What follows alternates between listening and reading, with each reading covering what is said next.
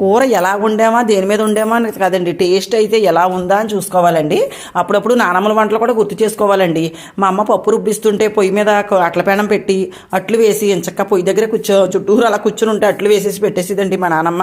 మా చిన్నప్పుడు ఇంచక్కను నానమ్మ ఇలాగే కలగూర అంటారు కదా, కలగలుపు కూర అంటే వేరే కాయగూరలు అన్నీ కలుపుతారు. ఇది కలగూర అంటే కలగలుపు అంటే మొత్తం తాలింపు కూర అంటారన్నమాట. దీన్ని బెండకాయలు, ఉల్లిపాయ, పచ్చిమిరకాయలు, ఉప్పు, కారం, చింతపండు పులుసు వేసేసి ఇలా ఉడకబెట్టేస్తుందండి. ఫస్ట్ అస్సలు ఆయిల్ వేయదు.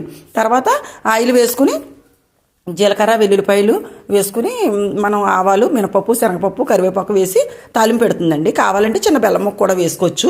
అందుకని ఎందుకో నానమ్మ వంట గుర్తు వచ్చి ఈరోజు తాలింపు కూర అంటారు కదండి, మా నానమ్మ ఏ కూరలు వండి నేను తాలింపు పెట్టే వండేదండి.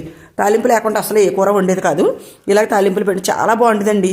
అప్పుడు కట్టెల పొయ్యి మీద వండింది. ఎందుకో నాకు కూడా ఈరోజు నానమ్మ గుర్తుకు వచ్చి అలా వండానండి. టేస్ట్ అయితే అదిరిపోతుంది. ఈ వీడియో మీకు నచ్చినట్లయితే లైక్ చేయండి, షేర్ చేయండి, సబ్స్క్రైబ్ చేయండి.